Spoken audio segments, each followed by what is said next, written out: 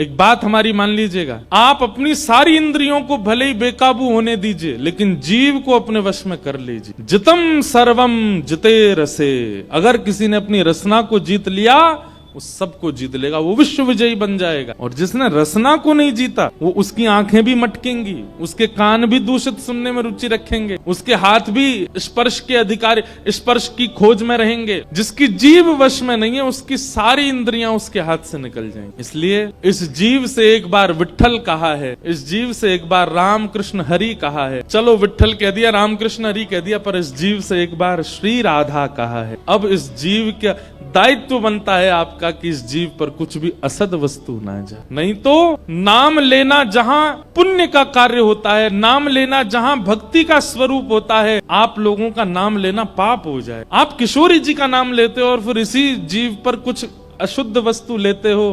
किशोरी जी तो हमारी बड़ी भोली हैं, वो तो कुछ कहेंगे नहीं, पर ठाकुर जी सुदर्शन चक्र भेजेंगे कौ दिन। और ठाकुर जी का सुदर्शन चक्र कलयुग में पता कैसे आता है? ऐसा नहीं कि सर धर से अलग कर दिया, वो तो सतयुग त्रेता द्वापर में होता है। कलयुग में तो सुदर्शन चक्र आता है आर्तों के रूप में, पीड़ाओं के रूप में, कष्ट के रूप में, विपत्तियों के रूप में। अच्छा, कई बार ऐसा होता है कि हम पे विपत्ति आए हम सह लेंगे, लेकिन ठाकुर जी ऐसा सुदर्शन चक्र चलाते हैं, आपको विपत्ति नहीं देंगे, जिनसे आप प्रेम करते हो उनको विपत्ति देते हैं, उनको कष्ट देना प्रारंभ करते हैं। क्यों?